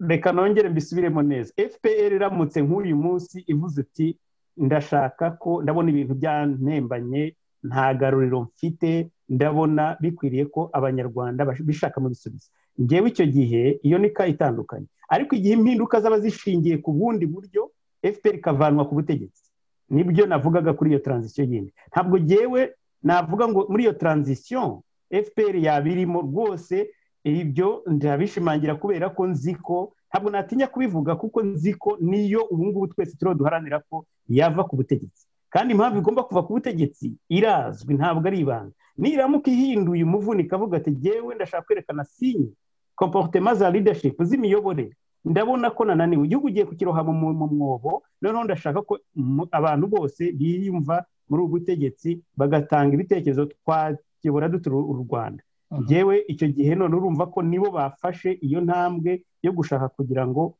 bashake solution y'ibibazo u Rwanda rufite. Ariko igihe bakomeje kunangira igihugu kikageraho kikaba cyagera no kivama kimena amaraso nk'ayamenetse cyangwa yenda yaruta nyuma igihe yabiri biva ku butegetsi, ntabwo nibaza ko aba ari abantu wajya kubwira uti noneho ubutegetsi buraje ishyaka FPR. Njyewe ntekereza ko erega FPR gusenya ishyaka rya FPR ntabwo bivuze ko bo bashatse nyuma ya transition bakavuga ati noneho natwe tugiye gushyiraho amavugurura, ibyapfuye turabizi, bazagende bibwira abanyarwanda babereka ibindi bishyashya. Ibyo ngibyo ndibaza ko byaba bitandukanye. Ariko muri transition ivanaho FPR ivuyeho, reka mvuge ko uyu munsi ivuyeho. Ariko uri kuvuga ku butegetsi, ntabwo ari uguhanagurwa nka kwa kundi bahanaguye amwe mu mashyaka, hari ayo bahanaguye basibye basheshe. Kuvaho uvuga ni ukuva ku butegetsi, ntabwo ari ukuva mu kibuga cya politiki. Nibyo kibuga cya politiki ibyo ni ibindi yenda, kandi nabwo iyo transition ntizaba imyaka yose, yenda bazagera aho bavuge bati turagaruka muri circonstances zitandukanye, ibyo ni ibindi. Ariko niba uvuga ngo havuyeho ubutegetsi buhari, transition ishobora kubaho keretse FPR ubwayo ibifitemo, cyangwa se uvuze uti on yateranye nk'uko abantu babivuga bati iraje ihamagaje abantu bose baba political activists mu gihugu bose. Icyo gihe nta muntu wasiga imbere, nta nubwo ari nawe ubifiteho ububasha yenda uvuga uti abantu bose baganira, yenda bakanahurira Tanzania bagahurira na ibyo ni ibindi. Ariko ndavuga ubutegetsi bwa FPR buvuyeho nk'ubu ngubu bukavanwa ku butegetsi mu buryo bwagiyeho n'urugero. Wambwira ngo wahamagara FPR nayo ukayibwira ngo muze twubake muduhe ibitekerezo byo kubaka u Rwanda, kandi tuzi neza uburyo bakoze systeme ya exclusion. Ni ukuvuga ngo byasaba ko ahubwo bo bongera bakamenya niba njye simpamya ko bakongera kwita FPR nabo ni igisebo kuri bo. Ni ikibazo gikomeye cyo kudutinza kugira ngo duhite twinjira muri kiriya gice cya kabiri. Nuko nari ntekereje ko inzibacyuho ihuza abanyarwanda nta n'umwe ubuzemo, ubishaka wose akibonamo kandi ntihagire umuhutaza cyangwa umuhohotera. Hanyuma abantu bakiga bituruka na circonstance. Twakumvise rwose kandi wabisobanuye. Hanyuma hari ufite ushaka kubivugaho amasegonda make kuri icyo kintu, hanyuma dukomeze yego Padiri Thomas Nahimana. Ikintu nshaka kuvuga mbere yuko tujya ku gice cya kabiri, hari ikigereranyo James yigeze kuvuga ngo cy'umwuka mu ngingo, ndavuga n'amaraso mu mubiri. Ibi bya system politique iki kiganiro kiragoye kubera ko turi kuvuga byinshi icyarimwe bikaba byagora guhuza ibitekerezo. Ariko ikibazo kiri mu Rwanda nta nubwo ibibazo nk'uko umuvandimwe Eugene yabivugaga bya buri munsi birahari, ariko ibyo ntaho bitaba kandi abantu bagenda babishakira ikibazo kirakomeye cyane cy'ubutegetsi mu Rwanda. Ikibazo kirakomeye kubera ko ikibazo si regime ubwoko bashyiraho, nubwo tuzi avantage bya zimwe muri byo nk'ibi twavuga nk'uko mvuga repubulika igendera ku mahame ya demokarasi. Ariko murebe ijambo Obama yigeze kuvuga ngo Afurika ngo ntabwo ikeneye les hommes forts. Ikibazo rero ni les hommes forts mu by'ukuri, ikeneye des institutions fortes. Les institutions rero no kuvuga ko hari ibintu nka bitatu nibura waba uzi ko ari garanti kugira ngo uvuge ngo ubutegetsi buzajyaho. N'ubundi nk'uko Jean Paul abivuga, wakwandika texte nziza cyane y'ubutegetsi ukabutaka ugashyiraho amadeso n'amafoto, abantu bakikorera ibintu nk'uko FPR ibikora. mu gihugu haramutse mudakoze uko mushoboye ngo hagirwe inzego kandi zigendera ku mategeko etat de droit, amategeko yanditse agerageze gukurikizwa. Ibindi byose mwakora mwajya mubikora, mwakwandika amategeko ariko igihugu kikayoborwa n'amabwiriza. Mutagaragaje muri gushyiraho ubutegetsi, nimugaragaza uko abantu bajyaho nuko bavaho, nibura ngo alternance iba ari garanti, bihita bihinduka intambara. Ariko ntacyo bintwaye ko Jean Paul ajya kigira umunyagitugu uko ashaka, niwe vuze Jean Paul, nanze kwivuga. Ukigira umunyagitugu uko ashaka, ariko nibivuga ndagutegereje mu myaka 5 nanjye nziyamamaza cyangwa se twamamaze n'undi cyangwa twitorere n'undi. Ibi bihugu byateye imbere naho bigira alternance, kavuga uti mu mureke nyine bijyana nabyo nawe ari kugaruka Jean Paul, tuzi ko turi tubyevariwa, ntabwo yakoze neza kubera ko atakoze neza abaturage. Icyo nicyo cya gatatu, abaturage bakaba bafite uburenganzira bakamenya ingufu zabo, bagahugurwa, bakamenya ko rwose aribo bagomba kumenya ikibafitiye akamaro.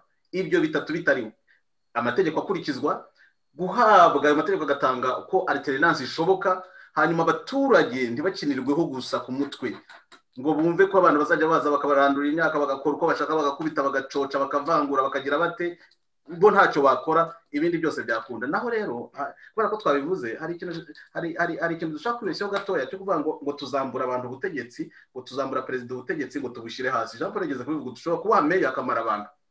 Ubutegetsi bugomba kugira aho buri, iyo ubwambuye umwe ubushyira ahandi, iyo utabuhashyize burahijyana. Ikindi nuko byanze bikunze iyo bahaye perezida w'igihugu ububasha bwinshi, bafite impamvu babumuhaye, ntabwo baba bamuhaye ngo bwikubire, hari ibyo yagombye gukemura. Ariko ubutegetsi byanze bikunze ububasha bugira aho bujya. Ikindi nuko bigeze kuduha urugero rw'Ubusuwisi. Ibi bihugu by'Uburayi ntabwo byabigezeho bikiri nkaho turi twebwe, byabaye evolution ndende, amateka nayo tugomba kuyitaho kugira ngo bagere kuri rwa rwego abantu bibeshejeho, batakirwana na bya bibazo Eugene yahoze avuga, badafite icyo barya, bari kwitwa n'inzara, bakirwanira ikijumba, bakigira gute, wabura ngo muzakora demokarasi ngo mwigenge, biragorana. Donc hariho n'icyo kintu cy'amateka na evolution yatuma abantu bagera hariya ku buryo inzego centrale zo hejuru zigabanyirizwa ububasha kandi igihugu kigakomeza kikabaho. Naho ushobora kububambura, abapolisi bakaba barabufasha, ahubwo bakajya birirwa bakabatagangaza kurushaho.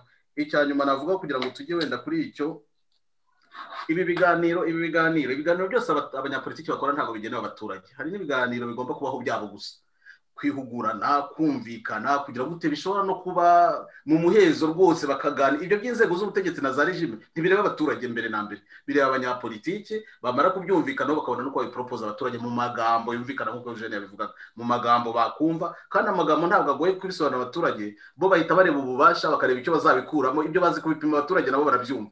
Naho ngiye kubabwira rero teori ya tuwa regime nkayivuga gutyo na principe zayo, icyo kiganiro ntikibagenewe mu yandi magambo. Murakoze cyane. Tugiye kujya mu gice cya rwose ngaho James tuguteza amatwi rwose. Ndabaye ko abavandimwe bose bavuze ibintu biryoshye, ariko nagira ngo rwose ngira akantu cyangwa tubiri mvuga, kandi nagira nshimire Padiri Nahimana avuze ibintu bikomeye cyane. Avuze ikintu cyitwa Bill Obama yavuze independent institution, kugira institution zikomeye zigenga. Nanone na Muzendahaye yavuze ku kintu cyitwa ruswa, avuga ku kintu cyitwa imibereho myiza y'abaturage, agaragaza ko bigomba kugenwa na demokarasi, iyo bo bateganya demokarasi de comportance, iyo bise demokarasi isaranganyijwe.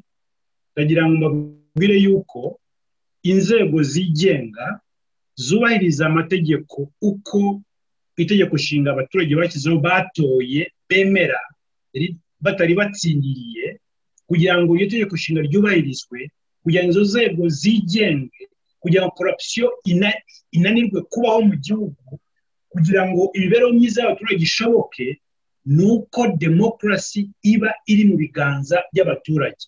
So hano icyo twita demokarasi ntabwo ari ugutora. Demokarasi ni umuco abaturage batozwa wo gukunda igihugu cyabo, bahora barebuzwa abo bahaye inshingano zo kubayobora banyuze mu itangazamakuru, kuko itangazamakuru ibereyeho kubwira ba nyiri igihugu, abaturage, uko ababayobora ibyo ababayobora bakora, kugira ngo babikompare n'ibyo babatoreye. Urabona, ni ukuvuga ngo ntabwo inzego zigenga zishoboka, no kubahiriza amategeko mu gihugu bishoboka, na ruswa ishobora gucika mu gihugu iyo nta demokarasi ihari. Ni ukuvuga ngo iyo ibinyamakuru bivuze ngo Kagame agejeje miliyoni y'amadolari, bizwi yuko mu mwaka umwe n'urugero miliyoni wagejeje zirenga 500 dushingiye kuri Forbes, icyo gihe abaturage barigaragambya kuko ayo mafaranga n'imisoro yabo, ayo mafaranga n'inguzanyo ziguzwa mu mahanga zishyurwa n'abo baturage kandi bakaziguza mu izina ry'igihugu cy'abo baturage batanze ubwo buyobozi. Igihugu gifite demokarasi barigaragambya bagategeka ubushinjacyaha guhita bukora ubugenzacyaha gukora iperereza no gushyikiriza ubutabera uwo mujura, uwo muntu bahaye ubutegetsi akaza kumujura, ariko uri ntabwo abawe n'abaturage kugira ngo byumve neza. So nashaka kuvuga yuko center y'imiyoborere myiza ni demokarasi iri mu biganza by'abaturage 100%, iyo nshaka kuvuga. Ariko ubwo mu context y'igihugu cyacu, ugenda kuko iyo ngingo ya 2 wavuze, turaza kureba uko bishoboka ko demokarasi iwacu ya proteja abiyita ngo ni majorite n'abiyita ngo ni minorite bashingiye ku byo bita ubwoko. Urabibona? Ubwo turaza kubiganiraho turebe uburyo demokarasi ari umuti wonyine, by the way, niwe mucunguzi w'abatutsi, niwe mucunguzi w'abahutu, niwe mucunguzi w'abatwa. Ni demokarasi, ntabwo ari umuti runaka cyangwa umututsi runaka. Nicyo gihe nagira ngo bikomeze. Urakoze cyane rwose, ngira ngo ubu demokarate bukurimo nkurikije rwose uko bisobanuye. James Munyandinda wemera ko ubutegetsi bw'abaturage bushyirwaho n'abaturage, bukorera abaturage, nabo bashobora kubuhindura kugira mu nyungu zabo, mbese ubutegetsi bushyirwaho mu nyungu zabo kubera ko ari bo bukorera. Urakoze cyane kandi murakoze mwese ibitekerezo mwatanze kuri kiriya gice cya mbere.